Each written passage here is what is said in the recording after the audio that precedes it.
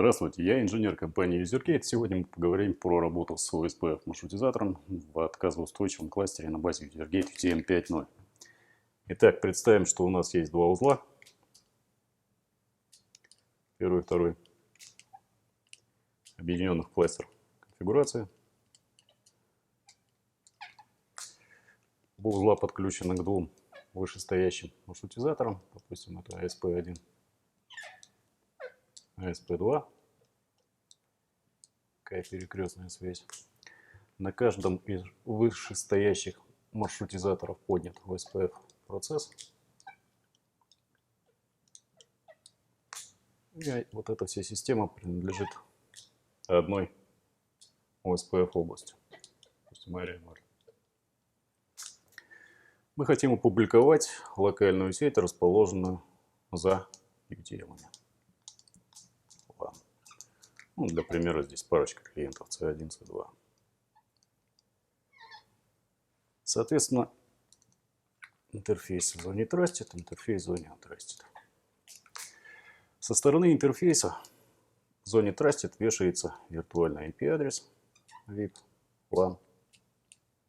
Здесь входит VRRP,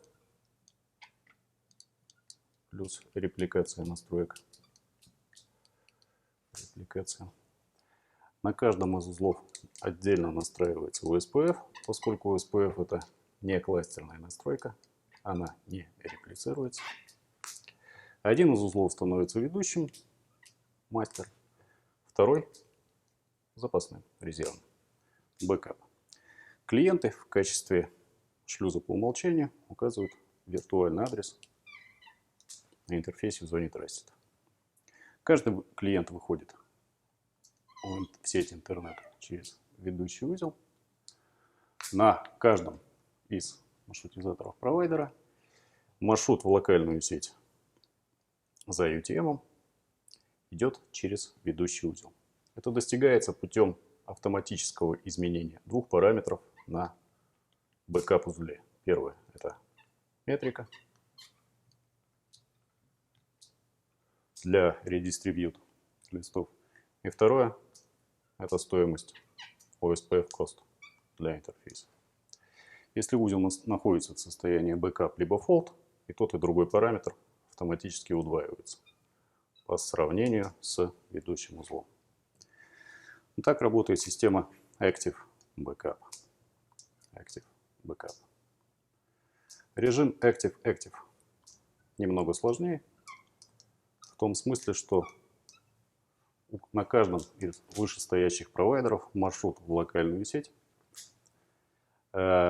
будет состоять из двух next hop'ов. Первый next hop это будет 1, UTM-1. Второй next hop это будет 2. То есть может возникнуть ситуация, она, как правило, возникает, когда трафик идет асимметрично.